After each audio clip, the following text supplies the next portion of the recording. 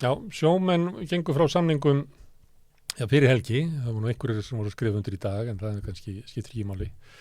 Það sem að sérstætt við þessa samninga var að þegar allir aðrir eru að semja til skamstíma, 1 árs samninga og 15 mánaða samninga, þá semja sjómenn til 10 ára og hefur bara, ég er nú orðin hundgamall og ég man ekki eftir 10 ára samningi, hefur þetta gert áður? Já, Valmundur Valmundsson formaði sjómanna sambandsins og Guðmundur Helgi Þórarinsson formaði VFM, velstjóri og málmtæknimann eða ekki. 10 ára samningu, hverju datt þetta í hugið? Já, þessi ekki, okkur fannst þetta fráleit hugmynd fyrst, sko. Já. En svo, við getum líka hugsað þetta öðruvísi, menna, síðustu 12 ár hafa verið samningslausir í 9 ár. Þannig að því og ekki samningur sem fengu var eiginlega þótti ekki góður eða fannst engu góður eða? Ekki á þeim tíma, en það er góður núna. Það er heldur mikil kostur að fá frían mat og frí klæði, sko. Það er ekki allir sem hafa það. En sjómenn hafa það í dag sem betur fer, eiga hafa það. En 10 ára samningur, já, að vísu er forsenda ákveð í samningnum eftir 4 ára, getur við sagt honum upp, með ársfyrirvara þaðan í frá. Já. Og þá alltaf eftir það. Þannig eftir 5 ár gætu þið samið aftur ef allt fyrir skrúuna. Já, eða eftir 6 ára eða 7 ára, það er alltaf ársforsenda ákveð gildir innan ársins. En ykkur fannst þetta skrítin hugmynd, hver kom þessu hugmynd, 10 ár? Sko, þegar við byrjuðum að tala saman, var ekki verið að tala þá 4 eða 5 ára samning. Já. Og þá fengum við einhvern tíma tilboð frá útgerðarmönnum tilbaka sem var hljóðið upp á 12 ár. Við nánast bara fórum og skelltum hurðum, sko. Að því okkur datt ekki í hug, svona, þetta var einhvern veginn bara í kosmosun, 12 ára samningur, þá varum við næstu, kannski, ég örgla, og við hefum fleiri bara komnir við það að fara á 6 vetin, sko. En svona þróaðist þetta og þegar við förum að skoða hlutaskiptakerfi sjómanna, svona ofan í grunninn, þá hefur þetta verið óbreytt í 20 ára. Það er bara þannig. Þegar að sjóðakerfi var og þegar það var gert upp, þá hljóðaði uppgjörið upp á það að sjómenn ættu 69,5% af verðmætunum sem áttu þá að koma til skipta. Það er svolítið nálægt 70% eins og er í dag. Við nokkru sinnum farið upp fyrir það, upp í 78-9% þegar olíuverði hefur farið niður í kjallara, einhvern hluta vegna. En megnið af tímanum hefur þetta verið allt í botni, olíuverðið, og við náum, og botnin er 70% sem kemur til skipta. Já. Þannig að sko... En kom ekki eitthvað 100%? Nei. Fyrir sjóðakerfi, þá var talað að gera upp á 100%. Þegar var tekið allt gallerið og gert upp, þá var það ekki nema 69,5. Það var svo merkilegt. Þannig að menn heldur verið að fá allt hérna til skipta. Já. En það voru svo margir sjóði sem voru að klípa hér og réttaði eitthvað annað. Fiskverðið var feikað og búið til af einhverju kallu út í bæ sem var eigið því, eins og sagt að við gerum í dag. Það er nú ekki alveg þannig. Þannig að sko launahlutfallið í útgerðinni er í kringum 40%. Frá 33-4 upp í 40 eitthvað, 2 kannski, það sem með mest. Og þannig hefur þetta verið í mörg ár. Og við erum ekkert að fara að raska því, við erum ekkert að biðja um það. Þannig að þetta er hæsta launahlutfall sem er greitt í landinu af svona framleiðni fyrirtækjum, eins og í útgerðinni. Þannig að sko hlutaskiptakerfið stendur óraskað eftir. En það sem við gerðum núna er að við fórum þessar prósentur, við fórum með upp í 100%, reiknum allt út frá 100 og alla og þá eru skipta töflunar inn í samningnum lækkaðar. Þannig að það breytist ekkit við það þó að þið miðið núna við 100%? Nei. Kannski ef að segja við þá sem ekki hafa verið á sjó að þegar þú ert að tala um að þessi 70% sem að komið til skipta, þá fá sjómenn ekki það allt saman, þá eftir að skipta því. Það eru skipta töflur á baku það.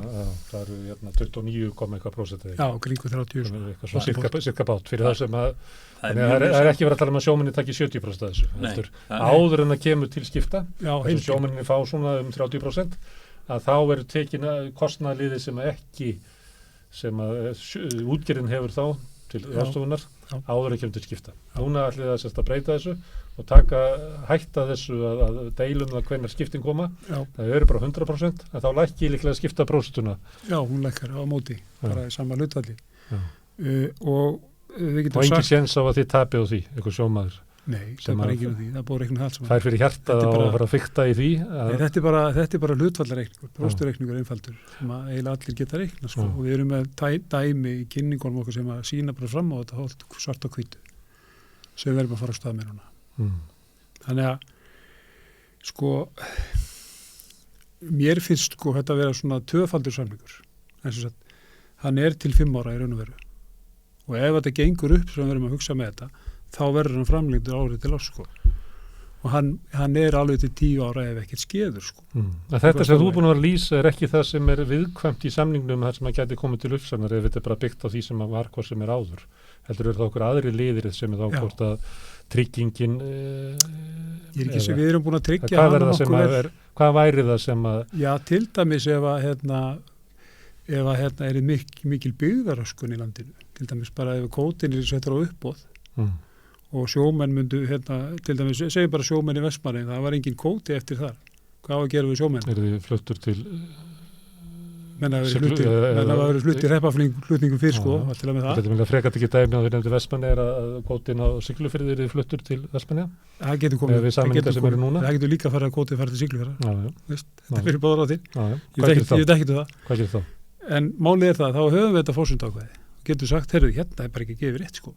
Nú ætlum við bara að segja þessu samningu upp og hann fellur þá gildi eftir ár og árið þaðan í frá ef okkur líst þannig á en ef okkur líst þannig á dæmi að þetta sé í lagi þá gildir samningurinn alveg til í 10 ár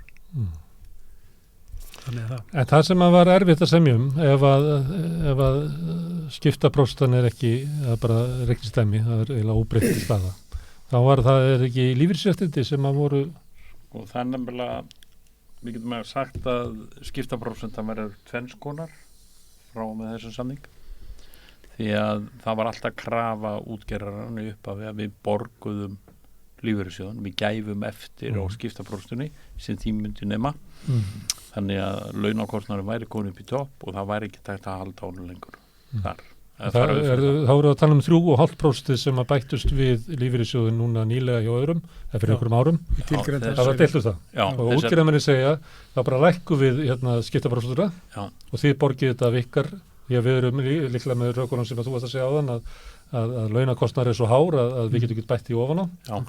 Og þið segir að þið verða að bæta í ofan á og hvað var niðurstaðan? Og sko niðurstaðan var svo að við borgum hluta af þessu, mikið minni hluta samt.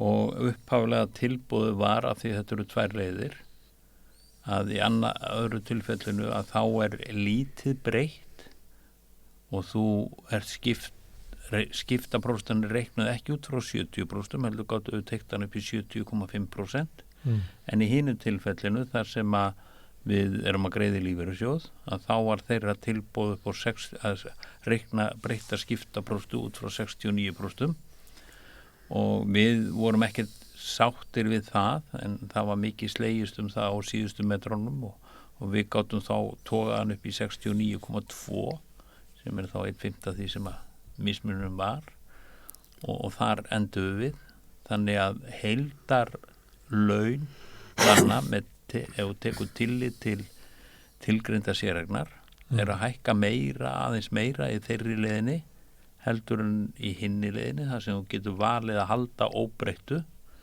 og þá hækkar skiptaprósentan úr 70,5 og er reiknuð út frá 100 þar þannig að en valið og þá farið ekki lífeyrissjóðin en þá farið ekki lífeyrissjóðin og það eru margir sem að okkar menn sem að það er mikil þyrnur í augum þeirra að þurfa að breyta skiptaprósentinu eitthvað og þarna er sannarlega að vera að breyta henni eitthvað En ef við erum saman á bát, gæti ég haft þetta svona og þú hins eginn eða það er áður að taka þetta saman? Nei, þú getur haft þetta eins og þú vilt. Þú getur verið skynsamur og tekið lífeyrissjóðuna því að hann gefur þér meira í þína hönd. Ég er þver og vitlaus og vel hinna leiðina. En svo sé ég að kannski eftir 2 ár, það er kannski skynsamlegra að fara þína leið, að þá get ég skipt ákvörðun einu svona ári. En nú var deilt 3,5% þannig að svona hjá venjulegu launafólki. En þið eru að tala hvað 70% skipti og svo er hvað af 3,5% borgar sjómaðurinn og hvað borgar útgerðarmaðurinn? Hann borgar tæft 1% af þessu 3,5%. Sjómaðurinn? Nei, meira. Það er rúmlega 1% sem hann borgar og fær þá rúmlega 2, þannig af þessu sem var umdeilt að þá borgar útgerðarmaðurinn 2/3 og sjómaðurinn 1/3. Já, svona hálfstopolt, já, svona samt ætlum við ekki nær 30%. Já, eitthvað nálægt. Og sjómaðurinn 70. Nei, útgerðin 70. Útgerðin 70. Já. Og þetta var stærsta málið? Þetta var eitt af stóru málunum í þessu. Og þetta ástæða fyrir því að útgerðarmennið eru að semja þetta, að þá viljum við binda samningi til langstíma svo að við þurfum ekki að sjá fjesin á ykkur næstu 10 árin eitthvað svoleiðis. Við getum sagt að það sé kannski. það sé kannski hluta því. Já. En við erum að breyta fleiru í þessum samning. Við erum til dæmis að breyta veikindarétti. Veikindarétturinn þannig að þú átt að eiga 2 mánuði á fullum hlut og svo áttu tryggingu eftir það mislanga eftir hvað búin að vera lengi. En þar sem að menn hafa farið út í þessi skiptimannakerfi, það að segja við skiptum þú og ég með okkur plássi, róum 1 úr og 1 í fríi. En svo við það ekki? Jú, og við ætlum að skipta með okkur laununum líka, svo þú farir ekki fílu þegar ég fæ góða túrin, eða öfugt, að þar hafa þeir beitt ákveðnum, ég kalla bara klækjum til þess að tryggja það að ef að ég veikist, að þá þurfa að bara borga 2 mánuði á hálfu kaupi. Þannig það lítið á sjómennskuna sem holdstarf. En það búið að fara með þetta alveg upp í Hæstarétt og ef að samningurinn hljóðar eins og þeir vilja að hann hljóði, skiptir samningurinn, að þá hefur Hæstaréttur dæmt þetta löglegt. Að hafa hálfan. Já. En við sömdu þá að hafa neila. Núna að þá tryggjum við það þannig, hann hálfur, en ekki í 60 daga ef við erum að skipta svona, heldur í 120 daga. Þannig að þú færð það sem jafngildir eða þú værir á föstum kaupi, það sem jafngildir 60 dögum í veikindafrí. Þannig að það fær bara lengra í halva dag. Já, ekki halva dag. Þú ert þarna jafnsettur veikur eins og þú hefðir verið í vinnu. En þetta ekki frekar stuttur veikindaréttur? 2 mánuður? 2 mánuður á fullum hlut. Og svo en ef við verum í land að vinna þá eigum við lengri, þá eigum við í langtíma veikindarétt og alls konar. Já, löp í 12 mánuði í opinbergeran. Þannig að við erum langt á eftir í veikindarétt. Við erum langt á eftir þar, en það kemur aðeins á móti að við erum miklu fljótar að vinna okkur inn þessa 2 mánuði heldur en fólk í landi. Ef að þú ferð á sjóinn, þá ertu búin að vinna þér inn 2 mánaða veikindarétt eftir 2 mánaða sjómennsku. En þú vinnuður ekki 2 mánaða veikindarétt eftir 2 mánaða vinnu í landi. Ok, lífeyrissjóður, veikindaréttur, hvað meira?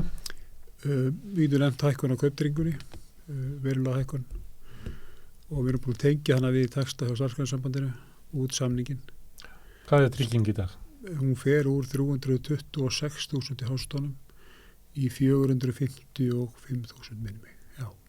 Sem nálátt að vera bara efsti taksti í Starfsgreinasambandsins? Já, það ekki 7. taksti eftir 5 ára starf. Eftir 5 ára starf.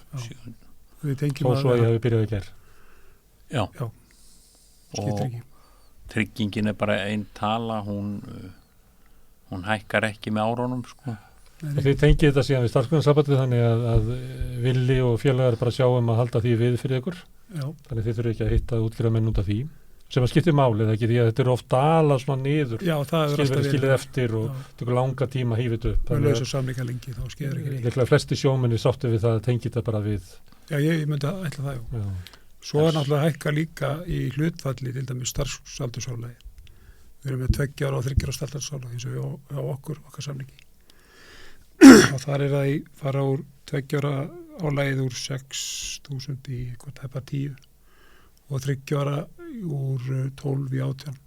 Þannig að þetta tikkar aðeins inn, Á vísu kemur samþyttum við það á lokametrónum að krafan var á okkur það að við greiðum sem sagt ákveðna króntölu, borgum útgerðinni slysatryggingarnar. Og það hefði orðið eftir útreikningi á kauptryggingunni núna 8.000 kall. Krafan var 13.000 til útgerðinni en við settust á 10.000 kall. mánuði í það frá sjómönnum.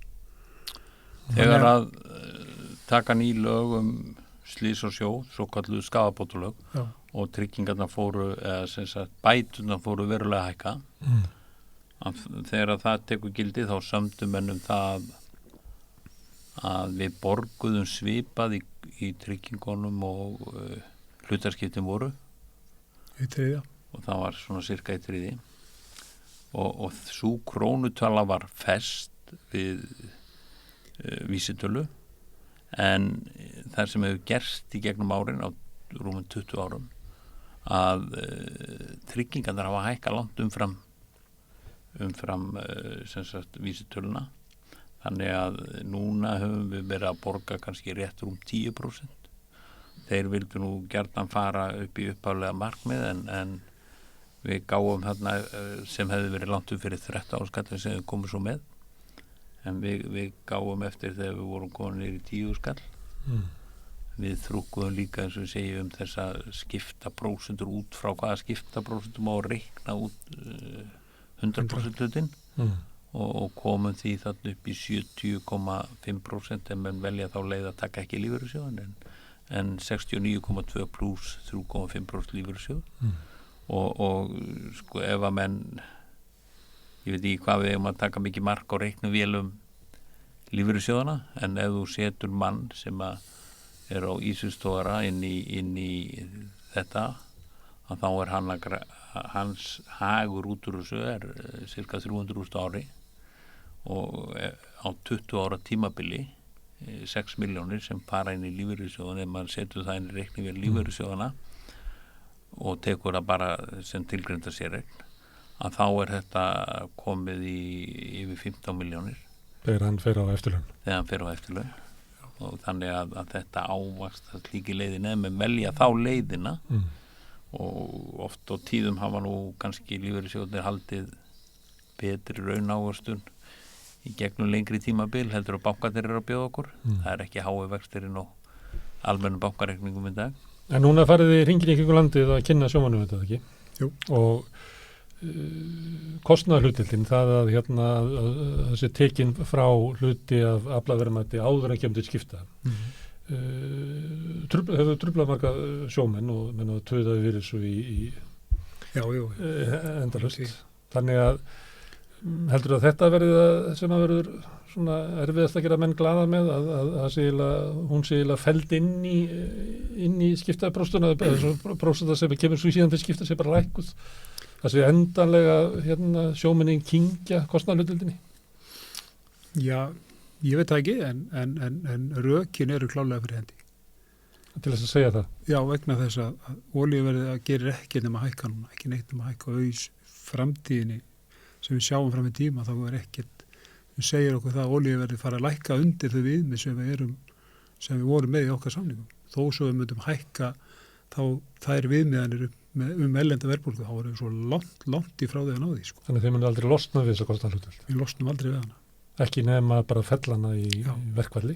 Já, það er ekki og segja að þið verið bara að bera kostnaðinu á olíunni, það gefur mér ekki við, ég læti bara í vinnu hérna. Já, sko, það er eins og menn tala 30% sem voru framhjá skiptum, það er ekki bara olíukostnaðurinn, það er allur svo kostnað sem við fallið útgerðin gegnum tíðina.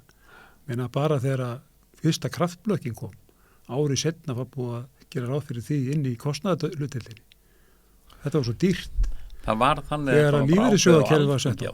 Þegar lífeyrissjóðakerfið var sett á, þá borguðu sjómenn hluta til lífeyririnn sinn með því að lækka skiptafrústuna.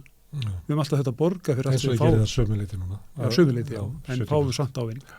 Þessu Guðmundur var að reykja. Ok, þá ætla ég að hugsa eins og útgerðarmaður. Ef ég samt ekki hennar samning, svo kemur bara kraftblökkin aftur, eitthvað sambærilegt. Þá vil ég lækka. Já, kemur það bara og reynir að semja það við okkur. Það má alveg gera það. Þannig það er ekkert í þessu svona ef það kemur ný tækni. Jú, það geti losna við kall. Já, til dæmis það, já. Ef við hefðum nú heft þetta ákveð sem að menn er að rífast núna, 1.39.1, það var inn í gamla samningnum, en mjög óskýrt og hefur aldrei verið notað. Hvorki af okkur, það hefur verið notað, en til dæmis að þegar Sólbergi kom, þá sömdu við það. Þá var mér að segja laus í samninga þá. Og það tók ekki gildi fyrir 2017 þegar við sömdum eftir verkfall, svo samningur. Núna höfum við miklu meiri aðkomu að því ef eitthvað svona gerist. Menna bara nærtækt dæmi. það liggur ljóst fyrir að á næstu árum þá munum við fara að reyna að veiða túnfisk hérna í lögsögunni, Íslendingar. Við verðum að reyna að ekki gengið. Og það fréttir þannig að hann sé að ganga inn í, hérna lengra inn í lögsöguna. Við vitum ekki hvernig við gerum út á þetta. Við höfum engan kjarasamningum og ekki getum við notað línusamningin á að veiða 3-4 fisk á dag. Það bara gengur ekkert upp. Þannig að það þarf að semja það upp á nýtt og núna höfum við aðkomaði. Sem höfðu ekki áður? Jú, við höfðum hana, en við vorum ekki með sterka aðstöð í það. Núna eru miklu sterkari. Ef það hérna... Þannig að eftir þessa samninga þá verður því betri stöðu til þess að semja ef það verður einhverja tæknibreitingar. Já, klálega. Sem að minnkar mannaflaþörfina. Meina það getur líka þurft að aukana. Meina ef það kemur einhver ný tæknigræði á borð, ef það sérstaklega mann til að keyra hana, þá þarf að bæta við manni. Gegnum tíðina þá, sko það inn í öllum okkar kjarasamningum svigrúm til að fækka mönnum eða fjölga mönnum. Og það inn í kjarasamningum hvernig skal taka á því, hvernig skiptaprósta lækkar eða hækkar eftir breytingu á mönnum. En þannig að sko ef að kemur eitthvað sem hægt að fækka einn mann og allir eru sammála því, að þá hækkar það laun allra hinna. En það hafa líka komið upp svona öðruvísi hugmyndir eins og þegar Sólbergi kemur sem var nefnt hérna á hann, ef mann rétt á orðið 34 kalla þar.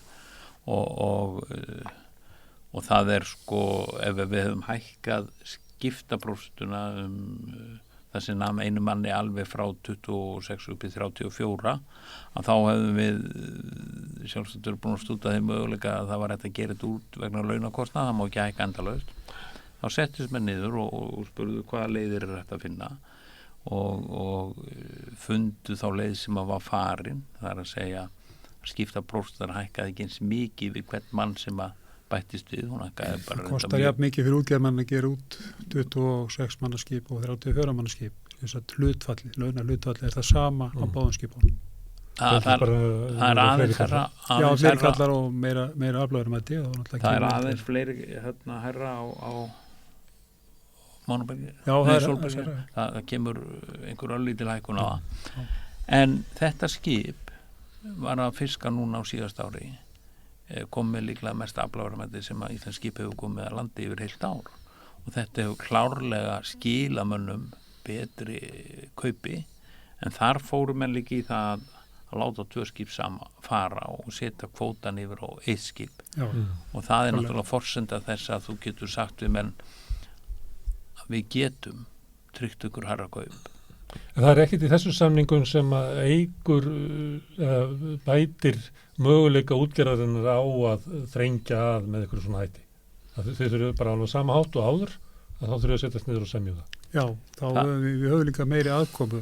Það ekki bara nóg fyrir útgerðarmann að segja og koma, herru, ég var að kaupa færiband, ég vil að lækka skiptapróstuna. Hver rökin? Kannski það einn kalli viðbútt til að keyra færibandi. Komdu með röka að þetta sé þannig. Og það eru að kaupa þau rauk sko, skilur. Kallu það konu eða kvár, við svona segja það í öllindin okkar. Það þannig, og kannski krafan sem glemdi sko, það var einn tógara bleikan sko. En það sko í þessu máli að þá eru þessi ákvæði sem að eru í samningnum núna búin að vera inn í samningnum í tæpa 2 áratugi en það sem við gerðum núna að ef og það hefur komið upp ágreiningur en ef að kemur upp ágreiningur núna þá verður slagnum vísað inn í gerðadóm og nákvæmlega tekið fram hvers konar eða sem sagt hvernig hann skal vera skipaður og hvernig skal fara með mál þar.